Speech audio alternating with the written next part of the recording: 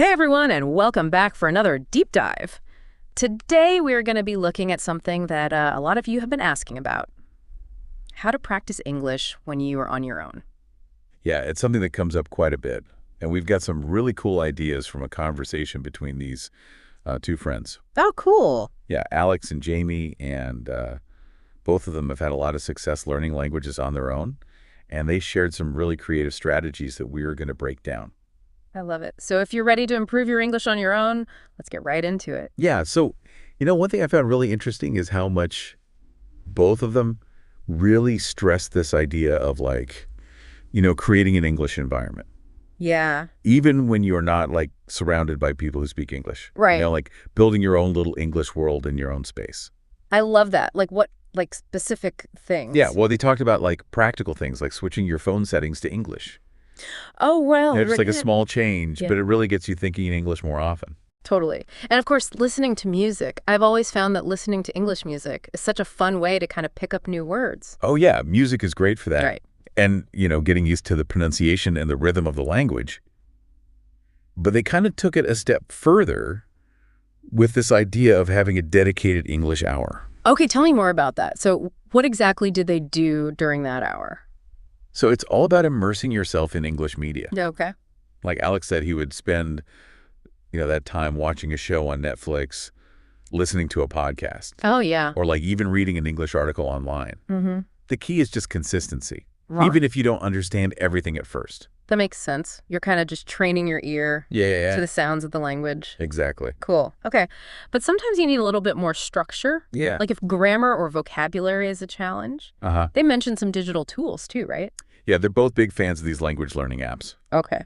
Duolingo, Babbel, Rosetta Stone, they all got shout-outs. I think these apps can be really helpful, especially if you're a beginner, because they break down these complex grammar rules into more manageable chunks. I actually used Duolingo for a while when I was learning Spanish, and it was super helpful for building that basic vocabulary. Yeah. But I remember this one thing that kind of confused me at first.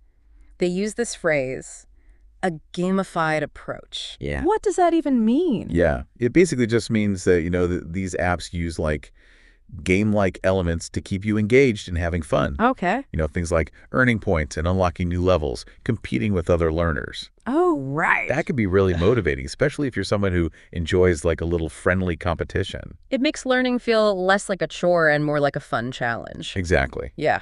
And some of these apps also have features that let you record yourself speaking. Oh, cool. And then compare your pronunciation to a native speaker, which is so valuable. It's amazing. It's like having a coach right in your pocket. Yeah, exactly. Amazing. But they didn't just focus on tech and stuff. Alex really specifically mentioned writing, Yeah. even if it's just for a few minutes each day. Yeah, he's a big believer in journaling. Okay. He said it doesn't have to be, anything fancy or super long.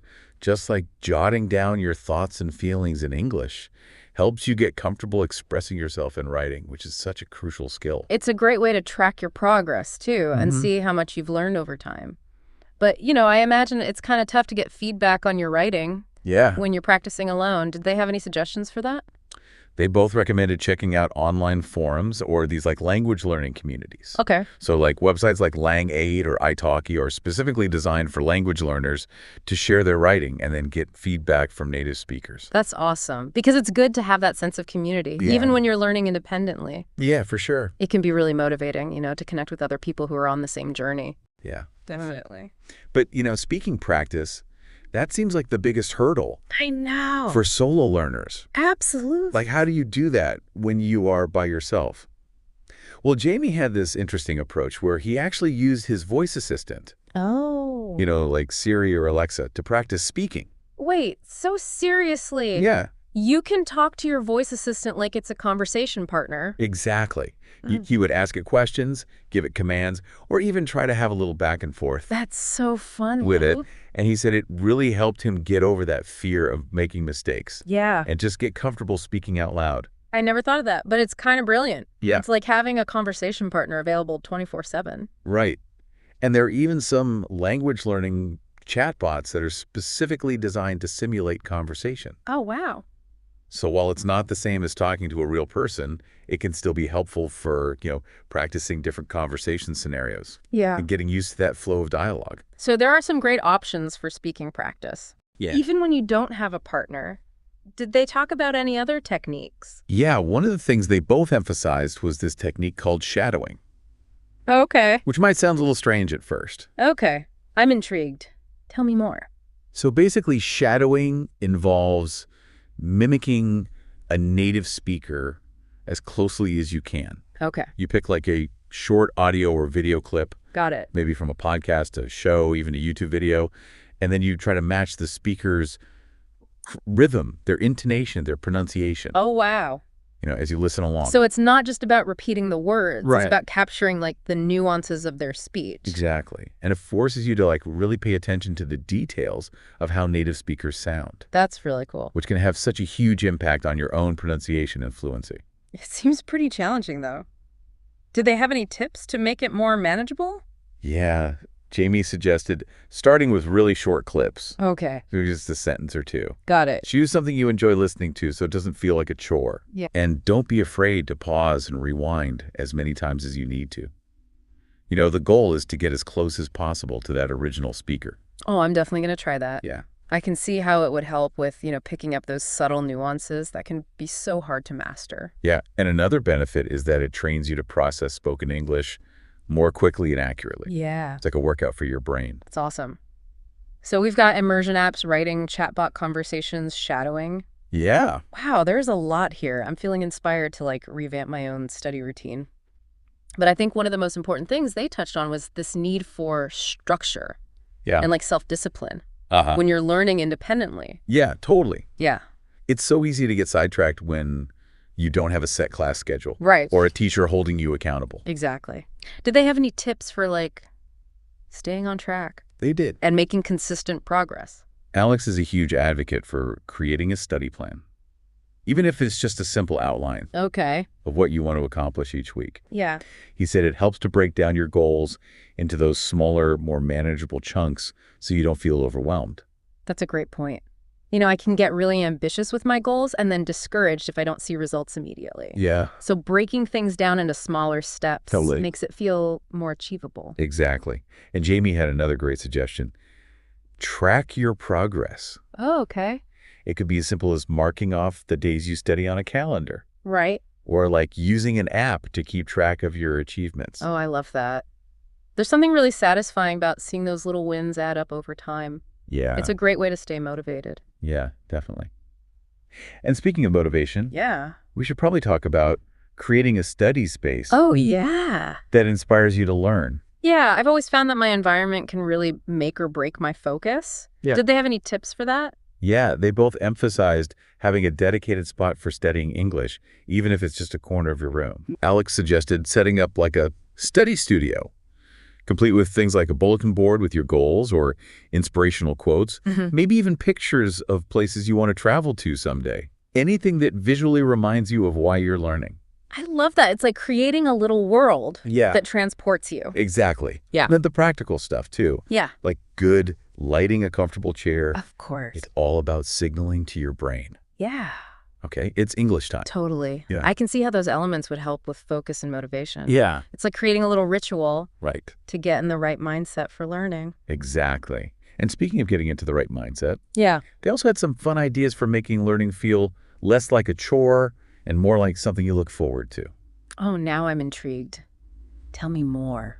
Well, for starters, they both really emphasized incorporating multimedia Okay. into your learning routine. Like what? Audiobooks, podcasts, YouTube channels, anything that exposes you to natural English. I've always been a huge fan of podcasts.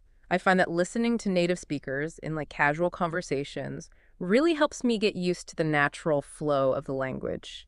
Do you have any recommendations? Oh, yeah, there's so many good ones. 6-Minute English is a good one for short bite-sized lessons. Okay. And ESL Pod has a huge library of podcasts on all sorts of topics. Got it. From everyday conversations to more advanced grammar concepts. Yeah. Just pick something that interests you so you are actually engaged with the content. That makes so much sense. Because if you're bored, it's so much harder to learn anything. Exactly, yeah. And they didn't just stick to traditional learning resources. They also talked about finding ways to weave English into your everyday activities. Give me some examples. I love that. So Jamie's a big advocate for what he calls incidental learning. Okay. He's constantly finding little ways to expose himself to English throughout the day, Okay. even when he's not formally studying. Like what? He reads product reviews online in English. He researches travel destinations in English. Even labels things around his house with their English names. That's a good idea. It's all about making English a more integral part of his daily life. I love that. It's like turning your whole world into an English learning lab. Exactly. And speaking of labs, Yeah. we can't forget about the incredible resources we have available to us in this digital age. Right. Like AI and virtual tutors are totally revolutionizing language learning. Okay. Tell me more about that. I've heard a lot about AI-powered language learning apps, but I'm still a little fuzzy on how they actually work. Do they really live up to the hype? Well, the technology is constantly evolving, but there are some really impressive platforms out there now Okay. that can simulate conversations, provide personalized feedback, even adapt to your individual learning style. Wow. So it's like having a language coach available 24/7. Right. But isn't there a risk of becoming like too reliant on technology? Yeah, that's a valid concern, and they both acknowledge that human interaction is still incredibly important, Yeah. for language learning. Yeah. But they also said that AI can be a really powerful tool for supplementing more traditional learning methods. So it's about finding the right balance, Yeah, using technology strategically right. rather than relying on it entirely. Exactly. And I think one of the most important points they made, which applies to all aspects of language learning, Okay. whether you're using technology or not, is this. Embrace your mistakes. Yeah. Making mistakes is a natural part of the learning process, even for native speakers. I know, but it's so hard It is. to not feel self-conscious, Yeah. especially when you're first starting out. Definitely. Did they have any advice for overcoming those mental hurdles? Right. Jamie had this interesting tip where he said that he actually talks to himself in English, Oh, wow. even if it feels a little silly at first. Right. But he said it helps him get more comfortable with forming sentences, Yeah.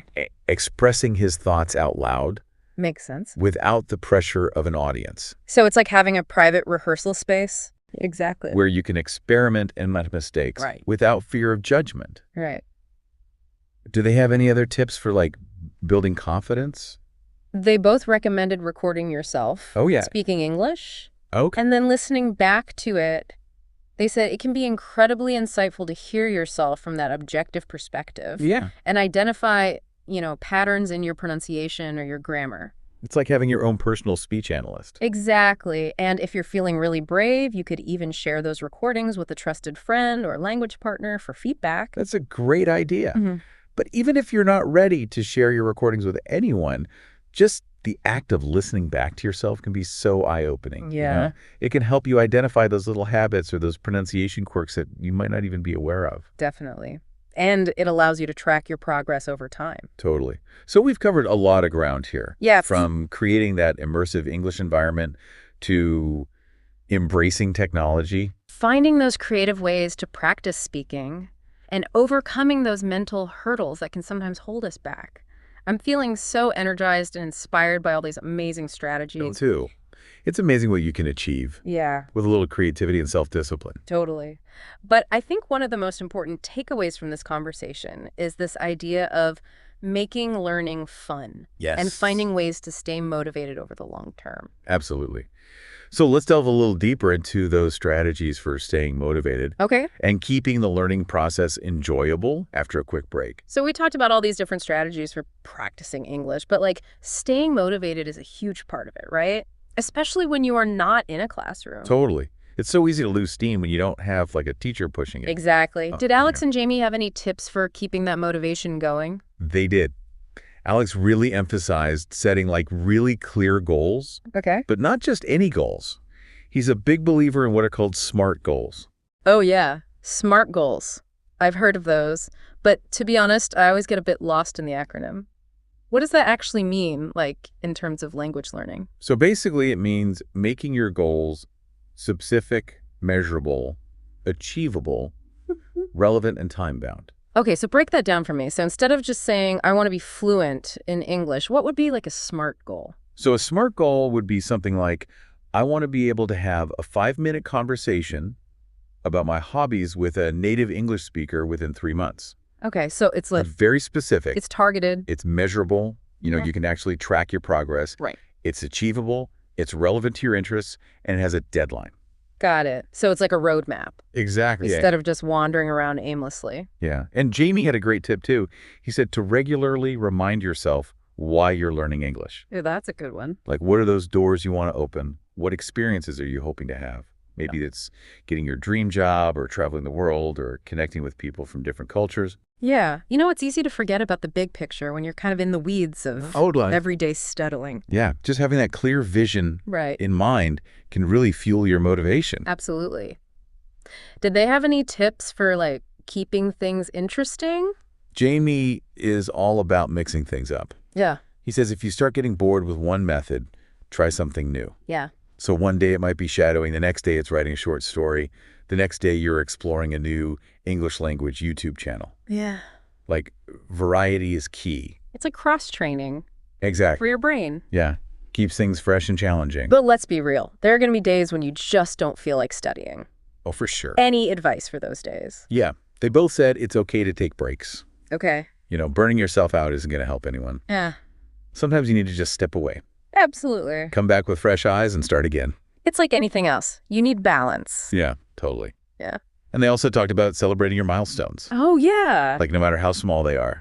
Like, what kind of milestones are we talking about? So it could be anything from mastering a new grammar concept to having your first conversation with a native speaker Okay. to finishing that English novel you've been working on.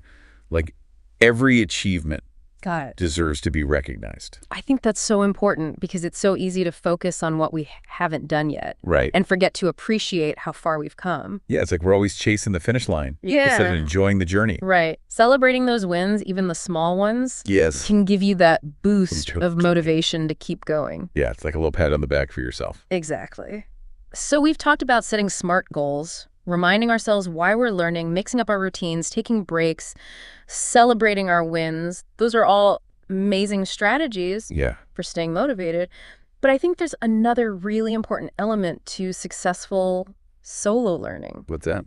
Self-assessment. Oh, yeah. How did Alex and Jamie approach that? They both emphasize checking in with yourself regularly and honestly assessing your progress. It's easy to lose sight of that when you're kind of in the thick of it. Yeah, it's like you're so focused on the day-to-day Right. that you forget to step back and look at the bigger picture. Did they have any strategies for effective self-assessment? So Alex is a big fan of journaling. Mm-hmm. He looks back at his old entries to see how his writing has changed over time. Oh, interesting. And he also listens to old recordings of himself speaking to track his progress. That's a great idea. It's amazing how much you can learn about yourself just from looking back at your old work. Yeah, totally. Yeah. And Jamie suggested taking online proficiency tests or quizzes Okay. to see where you stand in different areas like grammar, vocabulary, listening, comprehension. Yeah. There are tons of free resources online. That's a good idea. It's like a snapshot Exactly. of where you are in your learning. And they both said to be honest with yourself. Right. Like, it's not about beating yourself up over your mistakes, but using them to identify areas where you can improve. I think it's so easy to compare ourselves to others, Oh, yeah. but really the only comparison that matters is with your past self. I totally agree. And I think that ties in with one of the most inspiring themes that came up in this conversation, which is the idea of embracing the journey. Yes. And finding joy in the process of learning. I loved how much they talked about how learning English shouldn't feel like a chore. Right. It's about opening up a whole new world, connecting with people from different cultures, expanding your horizons. Yeah. They both had those aha moments. Yes. Where things just clicked. Yes. Or the excitement of their first real conversation with a native speaker. So cool. The satisfaction of finally understanding that tricky grammar rule. Yeah. It's about savoring those victories along the way. Those are the things that make it all worthwhile. It's a gift you give yourself. Yeah. Learning a language. It's an adventure that can enrich your life in so many ways. And ultimately, I think the best piece of advice they gave is to just be creative and find what works for you. Yeah, there's no one-size-fits-all approach. It's about being curious and playful and just open to new possibilities. And most importantly, having fun. Yes, learning English should be enjoyable, not something you dread. Okay, so as we wrap up this part of our deep dive, I want to turn it over to you, our listener. What are you taking away from this conversation? What strategies are you excited to try? Yeah. What are you most curious about? And remember, no matter where you are in your English learning journey, you have the power to create your own path, to personalize your experience and make it your own. So what are you waiting for? The world of English is out there, and we're here to support you every step of the way. It's funny, we started this deep dive talking about like learning alone, solo learning, Yeah. but we keep coming back to this idea of community, Yeah, for sure. how important that is, It really is. even for people who are, learning independently. Yeah, they both really emphasize that even though they are, big fans of independent study, Right. something really powerful about connecting with other learners. Totally. It's like having a built-in support system. Yeah. People who get it. Uh-huh. People who understand the struggles Yeah. and the triumphs. Right. Did they have any suggestions for finding those communities? Oh, yeah. They both recommended checking out like online forums, Okay. language exchange websites, even social media groups Okay. for English learners. Makes sense. I've heard really good things about websites like italki and HelloTalk, Yeah, those are great. where you can connect with native speakers, Yeah, do language exchange, find conversation partners, get feedback. for sure. And there are tons of Facebook groups and subreddits, too, Oh, yeah. where learners from all over the world share tips, That's awesome. resources, encouragement. I think that's especially important for those days when you hit a wall. Yeah, You just feel like giving up. totally. Yeah. It's so easy to feel discouraged when you're learning a language, Right. but just knowing that you're not alone Yeah. can make a huge difference. And sometimes just hearing about other people's successes can be really motivating. Totally. It can give you that extra push to keep going. For sure. But even with all that support, it's still up to you to take charge of your own learning, right? Yeah, they both really stressed that Okay. you got to be proactive. Seek out those opportunities to practice. So it's not just about the books and the app. Yeah. It's about actually using the language out in the real world. Out in the wild. Yeah, exactly. Any suggestions for doing that? Alex was a big fan of travel. Okay. He said that even short trips to English-speaking countries Right. could be so immersive and motivating. Like throwing yourself in the deep end. Yeah, exactly. Okay. You have to swim. But even if you can't travel right now, you can still create immersive experiences at home. Okay, like how? They suggested watching movies Oh, yeah? and TV shows, Makes sense. listening to podcasts, attending online events Okay. hosted by English speakers. So many options. Yeah, it's all about finding those ways to make English a part of your life. Not just something you study. Exactly.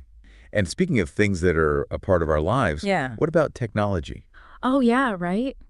We talked about AI-powered learning tools earlier, Uh-huh. but I'd love to hear more about like their specific experiences with them. So they both mentioned using apps like Duolingo and Babbel Okay. for like that structured practice Yeah.